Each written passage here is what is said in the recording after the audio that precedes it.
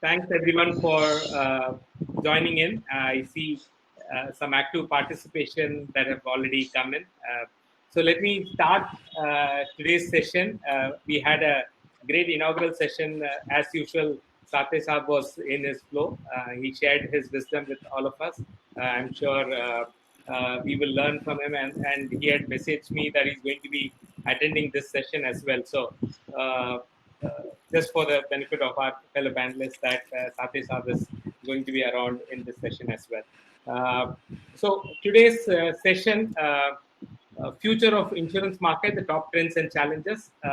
What better way than to have the industry stalwarts in among our midst? We have Dr. Prakash, Managing Director, Star Health Alliance Insurance Company, from the representing the health insurance sector. We also have my good friend Mr. Mayank Bathwal, CEO of Aditya Birla Health Insurance. Representing the life insurance sector, we have Mr. Viswanand, Deputy Managing Director, Max Life Insurance. From the general insurance sector, we have another good friend, Eswaranatrajan, Joint President and Chief Operating Officer, Kotak General Insurance. We've lost some time, so let me jump quickly into the session. So when you look at future of insurance market, I mean, this is a topic I'm sure all of us would have heard many times over the last 15, 20 years since the privatization of the insurance sector in India. But these are different and difficult times, right? So my first question, I hope Dr. Prakash is still there. I can see him. Okay. Let me start with the health insurance sector. So, Mayank and Dr. Prakash, the COVID pandemic has surely changed the way we do things, including having a panel of this nature, even though it has technical challenges, but I think we overcome that. What are the opportunities that you see with this pandemic that has unlocked for the insurance sector? Do you anticipate an uptick in the health insurance policies? So maybe we can start with Mayank and then go to Dr. Prakash. Mayank? Yeah, thanks, Ramanan. Good to see you again. The health insurance, clearly, I guess, is in a way the most significantly impacted with whatever positives and the negatives of, COVID, because, COVID is a health initiated crisis, and therefore, given the fact that we are part of the overall healthcare ecosystem, the impact on us is definitely fairly large. Now, on the positive side, the impact is that consumers, are clearly realizing the need of health insurance now more than ever. So because it's the concern is manifesting here and now, right? People are seeing their friends and colleagues and near and dear ones unfortunately having to go through this whole crisis of COVID infection. I could see Mayank speaking. Can we request others to be on mute, Ramanan? I'm not able to hear. Yeah. So, Dr. Prakash, we are able to hear your voice coming through. The question that I had asked, Mayank is answering. I'll come to you, Dr. Prakash. Yeah.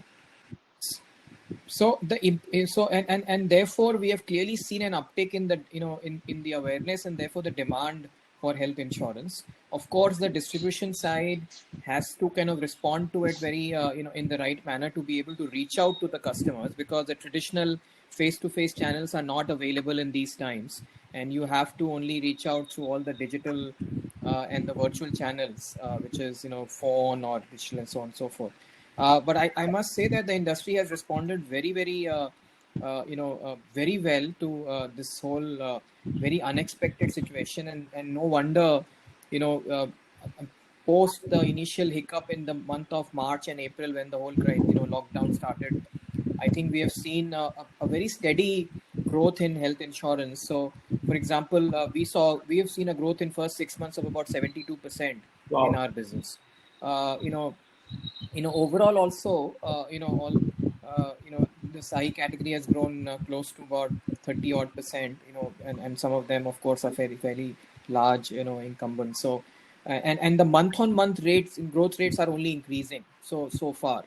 So clearly that is playing out. Of course, we have to deal with this whole issue of COVID claims, which I guess if you're covering that later on, I can talk about it later. But that is definitely an issue that we are also, dealing with and are worried about, because COVID claims have increased in the recent last, 30, 45 days in particular.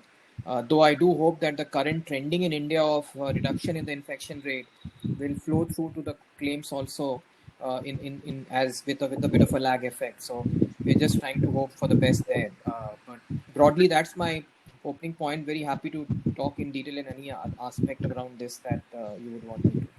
Sure, Mayank. I mean, on the claims aspect, I mean, that's the proof of the pudding, right? So we will come back as we go along. If I can add to the question and get Ishwar in, even as you see things getting normal, Ishwar, are your priorities as Kotak General changing? What are your new areas of focus? And do you, as in the inaugural session, Mr. Sathe mentioned, putting the gas on digitization? Ishwar, are you able to hear me? Ramanan, I'm not able to hear you properly. Okay. So as we enter, just go move a little behind and speak. Okay. As we enter the new normal, what are your new focus areas? And as Mr. Sathe mentioned in his inaugural session, are you seeing or putting the gas on digitization? So I was just telling. So the biggest learning for us, during the COVID period was our ability to use fear as a selling point. So we always use, peace of mind as an emotion to sell, health insurance. But during COVID period, everything took off well, largely because there was a fear, around the streets. So I think, we are taking a cue from, that I think, we should start using little fear in our selling process in terms of advertisement and things like that. So if you look at what happened in Asian countries in the past, so when the SARS was there, the same thing happened. All the volumes went up and all that. The moment SARS went back, the volumes, fell down. So, before, COVID came, so we were doing about 3-4 crore a month in terms of indemnity policies, every month. So it shot up to 10 crore. So will it continue at 10 crore, a month for us? I don't know. But the moment, fear is there, people are, buying big time. So we should not underestimate the use of fear in our selling process. That, in my opinion, is the biggest learning, for us. Sure. Thanks, Ishwar. So before I continue with the next question, welcome Mr. Rakesh Jain, Executive Director and CEO of Reliance General Insurance. Happy to see you again, Mr. Rakesh. Chalo, thank you so much. My apologies for logging in a bit. No, sir. I mean, I'm sorry, I missed what happened in the conference. Yeah. Okay. So, Vishy, I mean, let me come to you. I mean, I've been reading the recent McKinsey reports on impact of COVID pandemic on the insurance sector, and they've been talking about the insurance index being dropped by about 22.6%, and the impact also has been on the Indian companies as well. What recovery models are insurance companies working on to bounce back? Where do you see insurance stand as we enter the new year? Your perspective, Vishy. Sure. Thank you, Ramanan. Am I audible? Yeah, you are. Clear? Yes, clear. Thank you. Well, at the outset, I think every time I hear the word new normal, I keep asking myself, is it the new normal or is it a new abnormal, which we have to get used to? I don't think this is normal human behavior. We maintain social distancing. We are social animals by nature. But having said that, Ramanan, I see that two specific changes which are happening in a large way. One is that of external changes, the other is that of internal changes within insurance companies.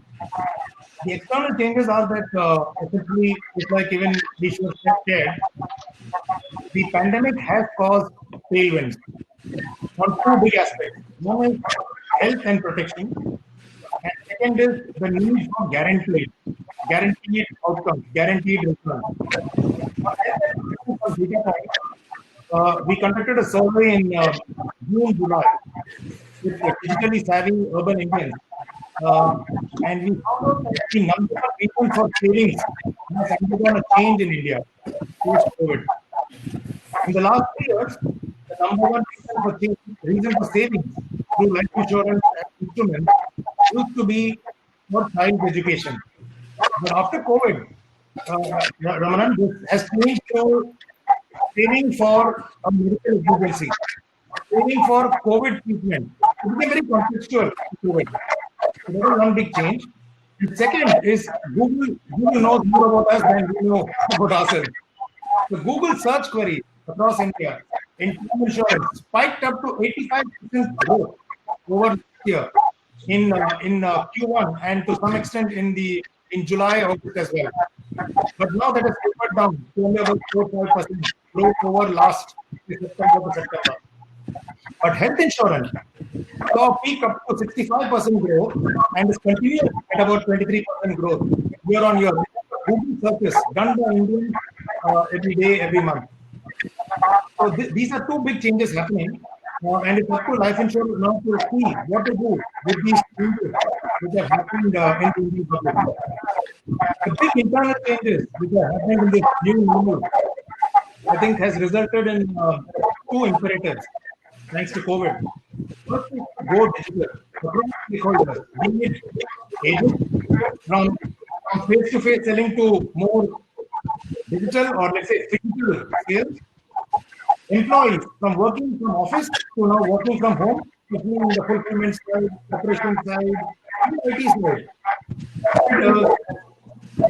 And customers having doubled their digital adoption. I think this trend has hit all life insurers. The recovery model that you are asking, this is the thing, we have been seeing it, and the way I think companies would not look at it, is to identify the new organization model that one would have done during COVID. What is this new organization model? Some of them will be great, will get replaced. Some will get accelerated and grow, and others will very quickly fall off if you don't guard it and protect it. So I would see it in three parts. So, example of behaviors which are likely to be post recovery, and I think India, as you can see from the Google searches, is near to it. I think India has moved on. Starting September, October. So no longer is this fear factor in a big way, and now people in a proactive mode for health insurance because they want to insurance come down. So what is likely to be is sales governance rhythms. Life insurers are very famous for doing with their intermediaries and their intermediaries. I think that will get reversed. Once all the offices get open, once with social distancing, because perhaps COVID, with or without vaccine, social distancing is here to stay for another 6 quarters, if not more. The second is what is going to get accelerated. I think it's digital artificial. The EDN, the infographic, the way of selling, the do-it-yourself calculator, video key feature documents, all of these are going to scale. And I think they get accelerated. Frictionless onboarding. It means no signature, no wet signature, maybe no physical paper. So I think that frictionless onboarding is very likely to get accelerated. Digital adoption of all tools, I think is hitting all-time highs, including employee constituency. But the most important thing is the new habit, which had to be guided and grown. I think training can shift towards learning, and organizations have already started making this change. You can learn anywhere through your device, instead of going into a classroom to a life insurance company. Similarly, the recruitment can actually be done through digital webinars rather than only face-to-face career seminars. Remote selling possibility is now likely to reach all-time highs, and it can actually complement the physical sales process. And finally, even these sales hurdles, I think people call it check-in calls, check-out calls, these morning daily fast tracks, all of that can actually happen through remote. So there are some new habits which life insurers are very conscious of to preserve and guard and nurture, even in a post-COVID world, in what you might call the new normal, Ramanan. So that's really what I had to share with you. Thanks, Vishy. I mean, new normal look scary at times, but I think this is reality that we have to live with. And when you mentioned about the consumer behavior also changing, I mean, we have the opportunity to work with a large public life insurer in the country. I mean, no prizes for guessing who it is. And we have seen an 84% uptick in the customer using the e-services portal of the insurer. That's a huge jump. And this also results that they are using it for renewal premium payment, they're using it for servicing requests, they're using it for loan requests and repayments. You name it, all the kind of services. So it's not limited to certain what we would normally assume as evolved customers, but all segment of customers seem to be adopting to the digital channel. So I think well said, Vishy. I mean, so as I move on, Rakesh, I'm unmuting you. You able to hear us, Rakesh? I can. Thank you. Dr. Prakash, just a sense check for you also. You're able to hear us? Yeah, Ramanan. Okay. Am I audible to you? Yes, you are, sir. Okay. So, question to Rakesh and maybe Dr. Prakash, because we couldn't get you up on the earlier question, so you can also add to this. So, Rakesh, I mean, this regulatory sandbox that IRDA had institutionalized a year or a couple of years back. What the objective of the regulatory sandbox was to foster innovation. Where do you think are we on this journey? And is there something that Reliance is doing, or you see the other insurers doing?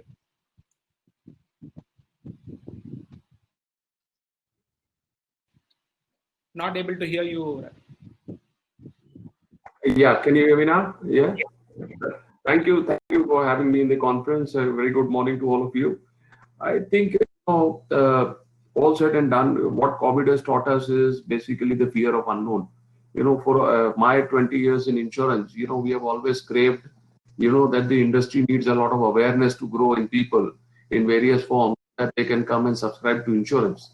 And this event has all of a sudden, turned the tables. Obviously, there is a heightened awareness about health, but I would take a moment to really say health is a starting point, because if you clearly see, the focus of the entire world has now shifted to economic activity and how do we really get back to our feet. And there is a large amount of economic to various other consequences which emerge in the absence of a normal lifestyle. So health to lifestyle, I think, is the entire cycle of awareness which seems to be getting created, creating ample, discussion opportunities, ample opportunities to innovate, and maybe use tools like Sandbox, which the regulators are giving, to really come with concepts which make sense for an end consumer. So if you ask me, Sandbox, which is obviously a global concept in the last couple of years, have been a talking point across the world for people to really come back and give what customers need.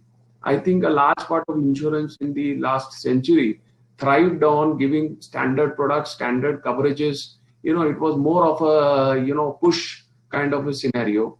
And in an environment where the world is getting customized, the world is getting digital, it really did not meet many of the customer or consumer objectives. And the penetration of insurance to that extent varied in various environments. So structurally, Sandbox was an opportunity for every type of financial services environment. In insurance, it is an opportunity to experiment with an idea wherein insurance companies can come out with products which are closer to consumers, where they can identify and understand risk, where they can carry out their experiments without the fear of a regulatory backlash or a constraint, and over a period of time develop that as a logical product model for the entire society. So Sandbox is a starting point for a lot of changes which will take place. And COVID environment has heightened, this opportunity for all of us. I would say at Reliance General Insurance, last year we did, file about 4 products in sandbox. 3 of them got approved by the regulator, and all of them in some sense were in a different dimension. It was not to have a list of products, it was more to list of experiments. For example, we went with a concept of an insurance gift card. I'm just picking a concept which we have never heard of. We have always looked at people, subscribing to insurance, defining everything, telling the name, maybe not be a wet signature, but at least a virtual signature. Gift card is like an amorphous concept. It's a way how we all live in a social environment. If insurance is a social product, why should insurance be so constrained?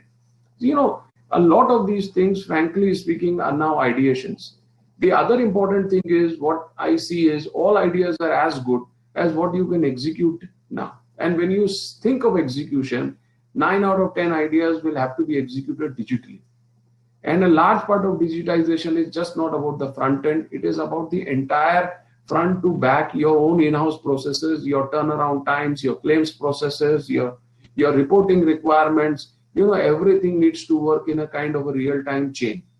And this, I think, puts in a lot of focus in Sandbox to be a collaborative effort. It is no longer just an insurance company coming out. You have to now collaborate with an ecosystem. You need to figure out your own opportunities, customer segment, your strengths, your IT delivery mechanism, and really come out with something which matters to the consumer. So Sandbox is an opportunity to, kind of experiment. And I think insurance companies will be forced now, in some sense, to innovate in a really competitive world.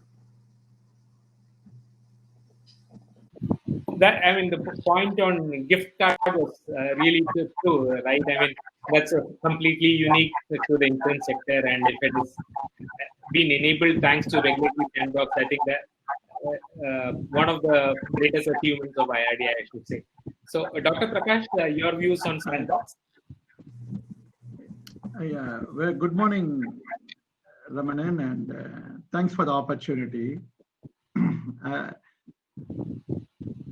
I'm in line with Rakesh Jain when he said about sandbox as an opportunity to experiment and learn before we implement. So I think sandbox people are focusing more on wearables and wellness related. Rather, I want insurers to come forward and address one of the big area of deficiency, the deficiency between design delivery mismatch. Hospitals facing the plight of the customers when they go for a claim. So sandbox, we should experiment something at the delivery area to see that a customer has a seamless journey to get his claims done. The hospital should be able to understand the complexity in the product, and the insurers should be able to understand the hundreds of schedule of charges available with the hospital. And there should be a process automation. And the engine should be able to understand both the payer and the provider. And there should be a lot of innovations and experiments happening in this area, which can address the level of dissatisfaction that is happening at the hospitals. Most of the policyholders lose trust on the insurance when they go for a claim. A sandbox, I think we should work on something to address this area. Thanks, Doctor. You actually segued me to a next section that I wanted to share. So, Ishwar, are you able to hear us? I saw a message from you saying that you are not able to hear human voice. Are you able to hear us now? Ishwar? No, I think there is a challenge. Yeah. Okay. So from the regulatory sandbox, Ishwar, I just want to move to InsurTech per se. A lot of nimble-footed InsurTechs are disrupting insurance. And do you think that they are competition, or there is an opportunity to co-opt with these InsurTechs? And maybe after maybe Mr. Rakesh can also add his views on that. Over to you, Ishwar. So it's a big threat. So they can give all of us a good run for money. So there's no point in fighting with them. It's better to join them. They are too good enemies to be, fighting against. And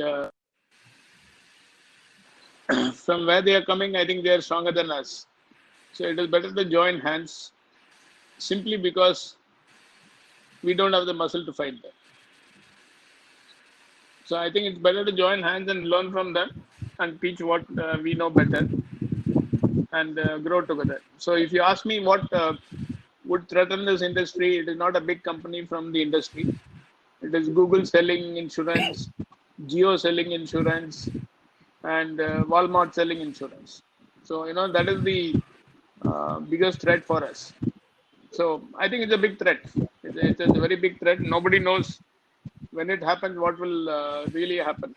And somebody like Amazon gets into this, then I think we should all go home.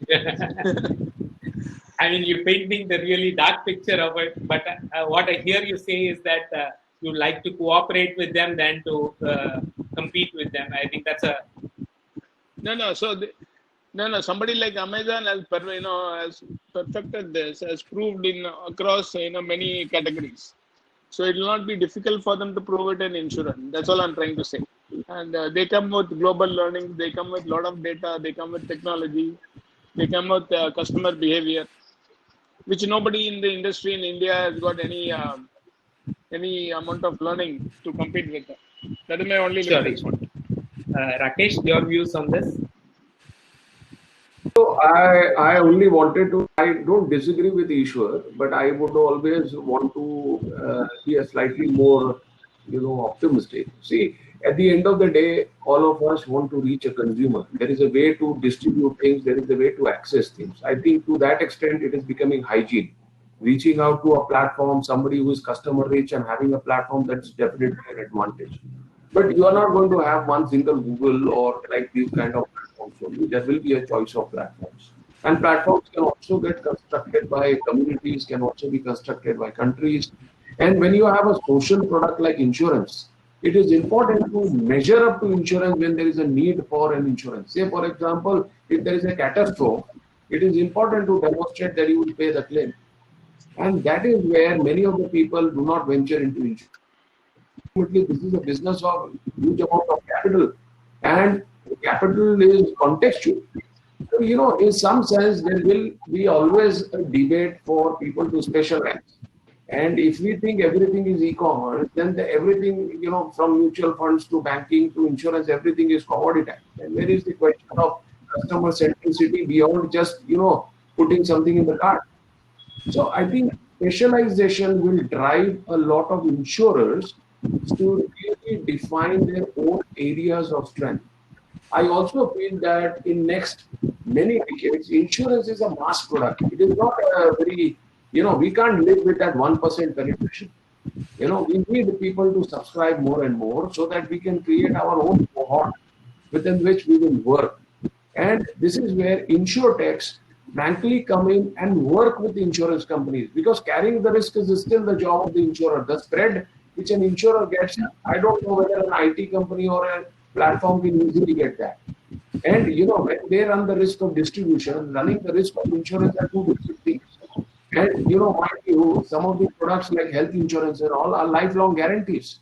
It is not that you have a customer who has now got a heart issue, you can walk out from him next time and drop him off the card. You will have to carry that customer for the rest of his life. And it's not easy. It puts in a lot of capital. There will be a lot of challenges. So InsurTech, if you ask me, is a way to really figure out your own business model.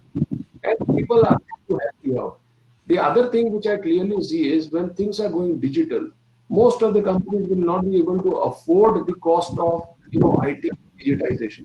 It is simply impossible to spend huge amounts of money in a very competitive industry like ours. So InsurTech in some sense creates a ready opportunity to collaborate in an optimal way, and you really take your business model forward, and not fear about obsolescence or a lot of capexes before. So it's a good model to explore, but people will have to be clear beyond just the jazzy words of IT digitization or InsurTechs. Not everything will work, and like Well, in insurance also, there will be high risk of failures that we have seen in other e-commerce environment. So before I ask my next question, there are two audience questions that I would like to pose to all panelists, open to all panelists, everybody can say. The first is I think not a question, but okay, it's a question, but from Rakesh. There is an ample scope for every insurer distributor to make money as penetration is low. Should the industry really be afraid of Amazon and Flipkart and Paytm selling insurance? This is from Satisab. While there is another audience question that has come on my WhatsApp. Do you believe the existing insurers have failed to find ways to reach low-income families in our country? That's the reason for introducing micro-insurance. Please ask the panelists. Okay, so open questions. I hear Dr. Prakash put his hand up, so let me start with Dr. Prakash and come to others. I cannot accept the statement that insurers have failed to reach the rural area, because the IRDA has mandated 5% rural social obligation, and we as a company, Star Insurance, we have 12.45%, and we have our presence in 1,000 touch points across the country, and we are there in most of the rural areas. So, and InsurTech to disrupt health insurance distribution, I think from my limited experience, I can say it will take few years to a decade, because insurance is not just selling a product, it is servicing the product. So it's not just a product, it's a business. So I think servicing the insurance product requires eye-to-eye contact. All the more if you are looking at penetration in Tier 3, Tier 4 areas. It's a service-intensive activity. So naturally, for InsurTechs to come and disturb the current retail insurance, which is almost 75 to 80% agency dependent, I doubt it can happen in the near future. So I still have I'm very strong in my views that retail insurance penetration is in the hands of agency force in the next decade. I'm quite clear about it. Thanks, Prakash. Yeah, Rakesh, and then I'll come to mine. I just wanted to supplement Prakash very clearly that I think in the last, if you see distribution, the touch point which the insurance companies have created in the last 3 years, perhaps would be more than what we would have created in the earlier 15, 20 years.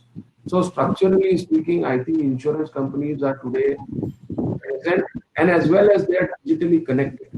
The other thing I wanted to stress is that the reason today you have an Ayushman Bharat succeeding and covering, maybe 30, 40, 50 crore people is because of insurance and its ability to execute those things at the ground level in the most, difficult areas in this country, where even normal healthcare and managing that healthcare was becoming difficult. I must share that at Reliance General Insurance, we ran the largest scheme in the state of Kerala, and we ran it for 5 years successfully. We were covering over 1.5 crore people over there, and we were handling over 10 lakh claims in a year. So, structurally, many of the schemes which you see crop insurance, for example, which does farmers. Today, millions of farmers are being covered because of insurance. So I think insurance has reached a place where it is trying to support each and every segment of the customers, each and every part of the society in the truest sense. What we need to also keep in mind is insurance ultimately goes and protects somebody. When people start to value their lives, when people start to value their assets, that is where you get a logical demand for insurance. So insurance just cannot be gone and imposed. It is not a tax. It is something wherein you want people to come and take it. And I'm quite sure that most of the insurance companies are very keen to do that, because that's the business model. So the next few years are indeed going to be very exciting and very promising behind all the things which are actually present now. Sure, thanks, Rakesh. Mayank, your views, and then I'll come to you. Yeah, I mean, let me first comment on the point on the Amazons and the Flipkarts and the Googles of the world. Frankly, I think I do have a slightly different view from what Ishwan said. I mean, to me, I think we are now living in an era of partnership. We are living in an era of ecosystem. We are living in an era of building platforms together, and not about controlling all capabilities. To make sure that your offering and product is more relevant to consumers. So what consumers seek now is much more than the limited part of what the product used to first offer in the past. So a consumer wants the entire spectrum of services around the core offering, right? And the core offering in health insurance, to my mind, is health.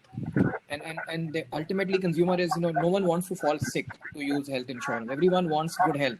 Now the role that we have to play is that how can we work with consumers to help them in their journey of or their wish or their need for staying healthy. And if something happens, in that context, I think the Amazons and the Flipkarts and the Googles are allies for us if we look at it in the true sense, and not necessarily opponents. I mean, and because where will you get access to such large number of customers? Because we are also talking of penetration, right? I mean, these platforms have such large access to customers. So if as a category we have the core capabilities of what some of my friends also spoke on the panel. Dr. Prakash said ultimately it's about underwriting, it's about creating product, pricing it, it's about servicing it, all of those aspects. These are specialist skill. These are not that anyone can come and just create these capabilities this round. So Amazon has access to customer. We can work together, let's say for example, or a Google, to kind of reach out to customers through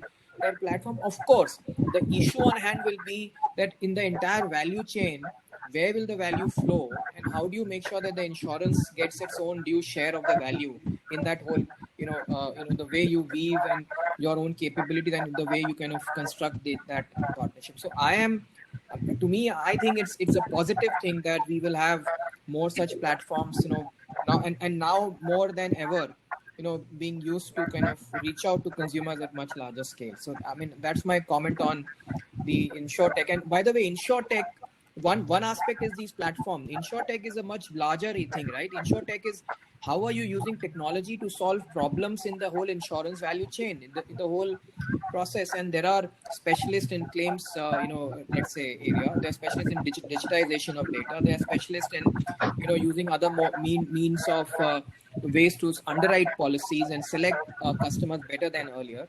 All of these are, and there are many, many more InsurTech and health tech players, right? And there are health tech players who can help you, create tech capabilities to interact and engage with customers at much larger scale. Why should insurance companies create all these capabilities? Why would you want to do that?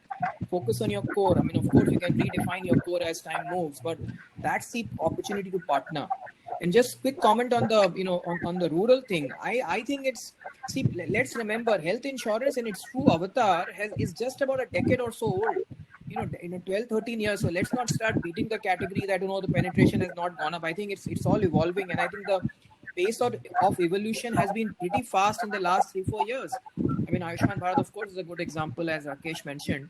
But I think the other things that are happening, going beyond Ayushman Bharat, the missing middle discussion that's happening with NHA, and even beyond, even from a microinsurance perspective, like last year we wrote about 3 million policy, customers were underwritten by us in microinsurance. It's not a small number for a young organization. I'm sure the other larger incumbents are doing, as much there. So I think with technology, with the ability to kind of reach out to customers through different mediums, I think we're now finding ways. And my sense is that with the start of the government scheme Ayushman Bharat, and where ultimately my view is that insurers will have to play a much more leading role as time moves ahead, because we have the specialist capability to administer and service claims. I think I do see it becoming even bigger in the next 2, 3, 4 years. Thanks, Mayank. I like the point that you said they are allies than anything else. One of the audience, Mangesh, I think Mayank answered, and in line with what you are also saying, that they actually help grow the market with new opportunities. Vishi, your views on this? Well, very quickly, adding on, I think there is a picture in many people's minds that these fintechs and insurtechs are the David, and the insurance companies are the Goliath. And when a battle happens between David and Goliath, you know what will come about. I don't think this is true in this case. This is a situation where the David and the Goliath had to actually walk hand in hand, because one has the financial power and the customer reach, the other has brilliant ideas. If they work together in partnerships like how Mayank said, I think there is much more value to be found. A. B is that whether you take Amazon, Google, the bigger ones, Amazon, Google, and Facebook, if you look at their history, they abhor, they hate regulation of any kind. Whenever they have got into trouble, it is only because of regulation. If they were to enter into BFSI, they will come into the hub of regulation. And that is what fears them. So you can Google compare doing an experiment for 9 months and then getting rid of it. Somebody else saying let's make a web aggregator, but don't get into manufacturing, because who wants to take the risk? And by the way, we work very closely with Google and Facebook, and we have a very, very large presence in the B2C market in India. We are actually leaders in that market, absolute. Google tells us behind closed doors, saying, well, why be a manufacturer and take all the risk? Why even be a distributor when we can be, and actually you are paying us. We pay, let's say, 7 rupees for every click to Google if a customer went to click us on. So they say, well, let all 50 insurers fight for market share and we will make money from everyone. We just have to be the best search engine available. The bridge between the consumer who's searching and all these 50 insurers who are so-called competing. So this model is very different. I don't think we need to scare ourselves to death on this. There is a whole ecosystem working, and we should find a place. That's what I would say. And as far as the rural and urban, I think that is not the real question. The question is the have-nots and the haves. The socio-economic divide rather than rural and urban divide. To give you a number, 20% is the requirement of rural policies to be sold by a life insurance company in India minimum every year. We are today 20 years old as an insurance company, and we are selling nearly 26% our rural policies. And it sells, and people buy. But it is not rural versus urban. It is more socio-economic divide. And then we're talking about public welfare, and where our taxes being paid is going by the government. So there is a job for the government to do. There is a job for private sector to do. Let's not confuse both. That's my request. Thanks, Vishy. I mean, I think horses for courses, haves and have-nots. I think that's the kind of message that I picked up from what you just said. And what private sector has to do and what government has to do, Mayank also covered up in it. Ayushman Bharat. Namrata, I see you in, but there are some specific questions. If we can extend for about another 4-5 minutes, we will close the panel. Somebody has been wanting me to ask this question, so they put it a couple of times. So this is an open question anybody can take. Have technologies like RPA helped bring operational efficiencies in insurance? And if yes, share a successful scaled RPA that you have implemented. Anyone? We have implemented in 2 areas. Okay. Which you want? Or okay. I'll skip that. There's another question. Yeah, I can take that quickly. We have found some use cases, especially in very mundane jobs, such as bank reconciliation. Now, that's a very simple use case. It will do. You can put it on. It gives you speed. It doesn't help you reduce cost too much, because there are only so many human beings, and the cost of labor in India is still very, very low.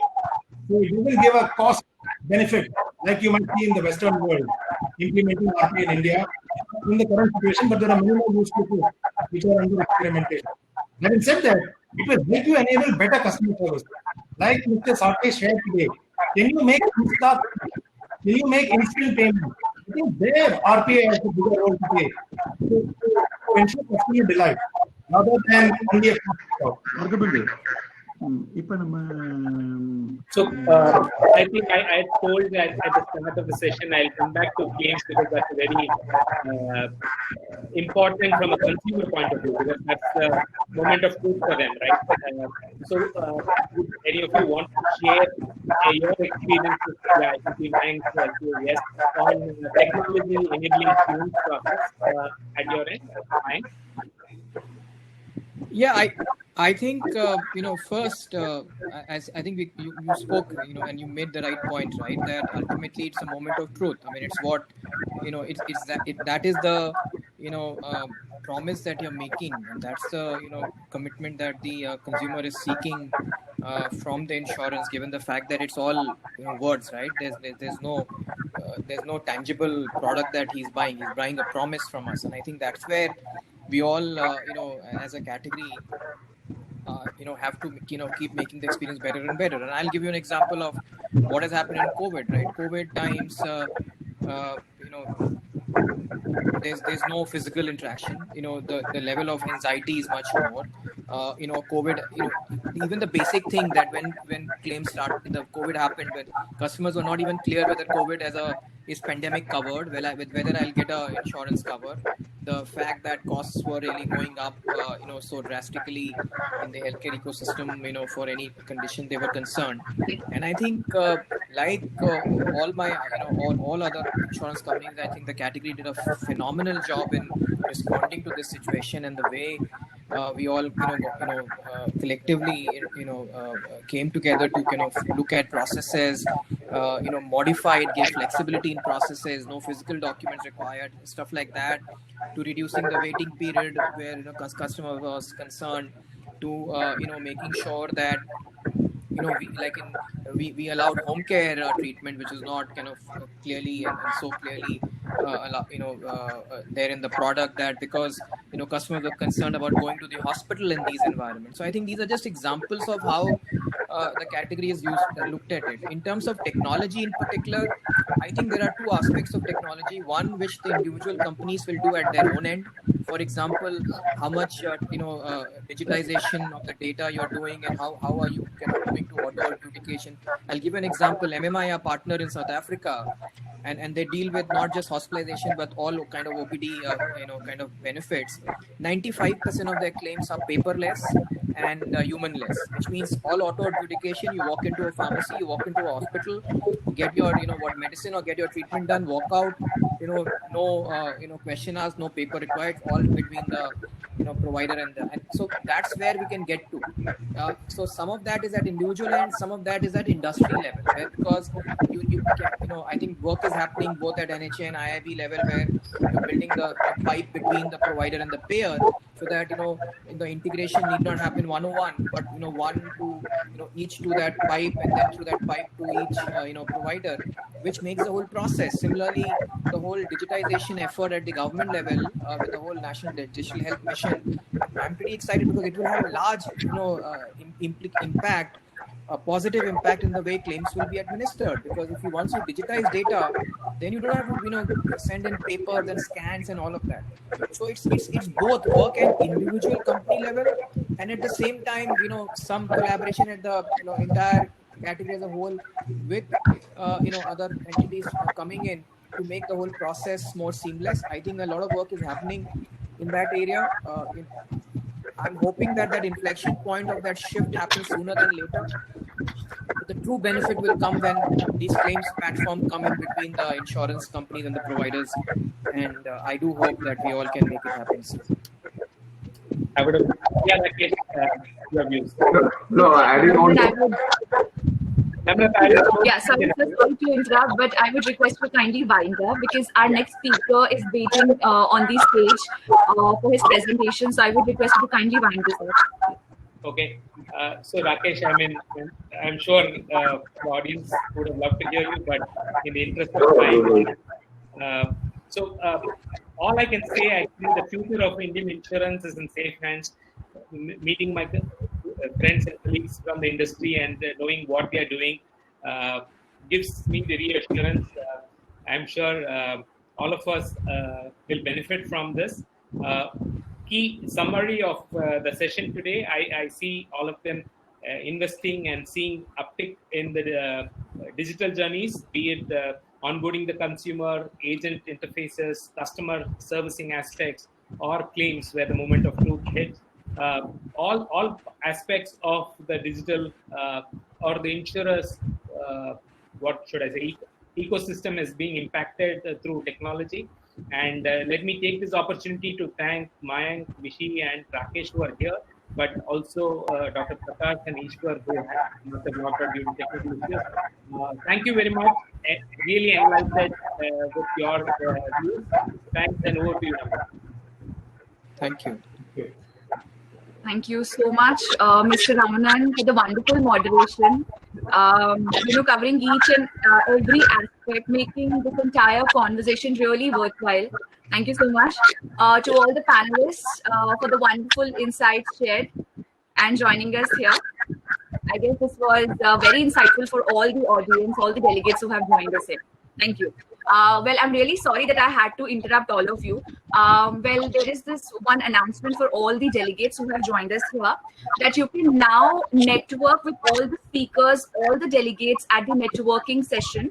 Well, there is a tab provided on the left side of your screen, as you can see networking. As you will click on that, you can now chat with all the delegates and all the speaker via one-to-one video chat. So yes, you can take your questions there and you can build contact, you can network with them. So yes, that is there, the silver lining here. So thank you so much everybody for joining. I would request everybody to kindly join us on the stage for our next presentation lined up. Thank you. Thank you, everyone. Thank you, Ramanan.